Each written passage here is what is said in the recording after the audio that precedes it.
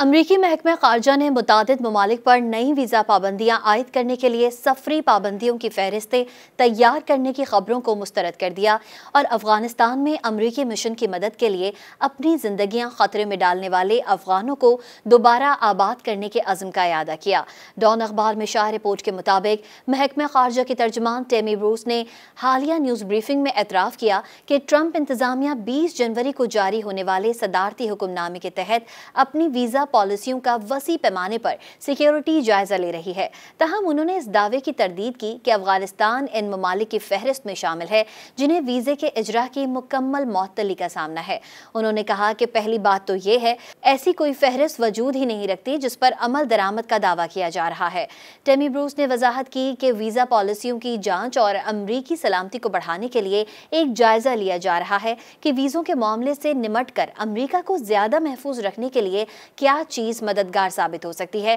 اور ملک میں کس کو آنے کی اجازت ہونا چاہیے۔ ٹیمی بروس نے امریکی حکومت کے اس عزم کا اعادہ کیا کہ وہ امریکہ کی مدد کرنے والے افغانوں کو آباد کرے گی۔ ٹیمی بروس کا یہ بیان ایسے وقت میں سامنے آیا ہے جب نیو یارک ٹائمز، رائٹرز اور دیگر ابلاغی اداروں نے اپنی رپورٹس میں کہا تھا کہ ٹرمپ انتظامیہ اپنے گزشتہ دور کی طرح سفری پابندیاں عائد کرنے پر غور کر رہی ہے، جس سے افغانستان اور پاکستان سمیت متعدد ممالک متاثر ہوں گے۔ ان رپورٹس میں کہا گیا تھا کہ افغانستان پر ممکنہ سفری پابندی اور پاکستان پر نئی ویزا پابندیاں عائد کی جا سکتی ہیں اور دونوں ممالک کو مبینہ طور پر 43 ممالک کی فہرست میں شامل کیا گیا جن کے بارے میں امریکہ کو سیکیورٹی خطرات ہیں۔